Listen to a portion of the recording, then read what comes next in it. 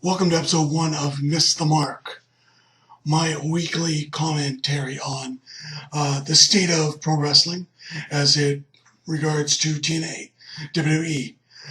For the last week or so, I've been contemplating this whole CM Punk, AJ, whole love triangle with Daniel Bryan. I've had theories for the last week, and after watching SmackDown tonight and what's happened with KANE once again, after the last 3 weeks, is where I see things need to go is KANE and AJ need to team up. Plain and simple. Storylines have always been stolen and repeated over and over again in both TNA and WCW and WWE, WWF. Prime example for anybody who's been a fan for more than 10 years is, let's go back about a year or so with Santino Marella and the Glamazon. You see Santino in the ring, backed up, and what happens? Beth Phoenix walks in, looks like she's going to smack the taste out of Santino's mouth, and she ends up kissing him. And that's where things are left. Deja vu of Latino heat. Eddie Guerrero in China. So, that theory and thought process leads me to think everybody needs a crazy chick, and as CM Punk says, I love me some crazy chicks. So, a while ago, WWE had Mickie James. Not quite all there. Few sandwiches short of a picnic when it came to Trish Stratus. Flip side, WCW back from the 90s. You had David Flair being corrupted by Crowbar and Daphne. Years down the road, Daphne reemerged with Stevie Richards. If you see where I'm going with this, Daphne and Abyss. KANE embraced the hate. That whole batshit crazy, don't give a crap what's gonna go on. I'm not quite right in the head. And I will manipulate situations to get the monster to attack and do whatever I want. The whole Frankenstein effect. So, let's take what has happened in TNA with Abyss and Daphne into KANE and AJ.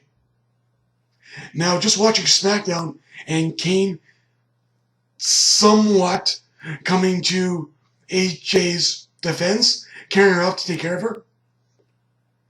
They kind of tried to cover it up with the whole CM Punk attacking you, KANE's going to steal her away and do her harm.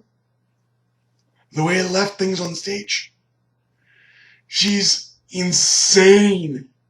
KANE is insane. And I think of everything that's gone on with KANE's whole campaign of Embrace the Hate, this is what it was missing. KANE as a monster is great. KANE as Embrace the Hate is awesome. But when they took it, they aborted the whole mission a couple weeks in. What he did to Zack Ryder, awesome. What he started doing to John Cena, he was getting there, and then they abandoned it because he just didn't feel it anymore. KANE started losing. I understand the whole, you don't want an indestructible monster anymore because after a couple weeks, it's just not believable. But I got lost. As a mark, or as a smart mark, or as just someone who wants to see where storylines go and trying to view things as hindsight 2020, they missed the mark with KANE. What happens now is, I think, potential redemption. KANE is going to lead AJ down the path of evil, and AJ, whether she's fully committed to KANE or not, she can use him as a tool to manipulate the situation and extract her revenge on Daniel Bryan. Extract her revenge against anybody she sees fit. Until we get Awesome Kong back as solid competition to help boost the Divas division, all we're left with right now is Beth Phoenix, who is arguably the best wrestler that WWE has in the female division, versus models who are learning how to wrestle. So if this can expand interest in the female division, whether AJ starts wrestling some matches, KANE interferes, or KANE gives her a whole new sense of anger and embrace the hate, I think it's where things need to go to advance any potential storyline. That's just my opinion. Let's see where things go come No Way Out.